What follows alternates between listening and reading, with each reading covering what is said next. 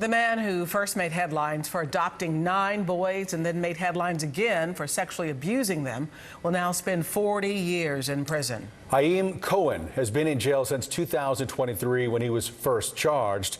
ABC 13's Micah Hatfield was the first to report this story back in 2023. She has the latest now from court today, Micah.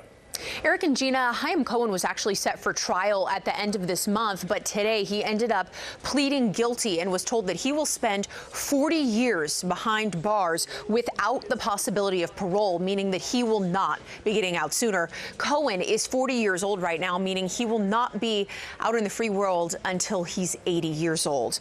The DA's office says all of the charges he ended up pleading guilty to include the 7 of his 9 sons who say they were sexually abused. Back in 2023, one of Cohen's adoptive sons called into a podcast and said he and his brothers were being sexually abused and used the term rape.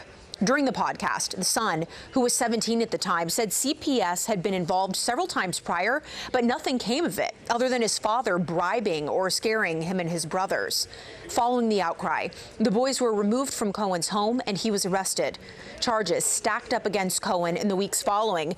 And this was a family that had been featured in magazines, and they actually had their own website touting their unique lifestyle, a young single father who had adopted so many sons. As it would later turn out, Hayim Cohen's eldest adopted son, Avshalom Cohen, was also arrested and charged with sexually abusing several of his brothers. His case is still active.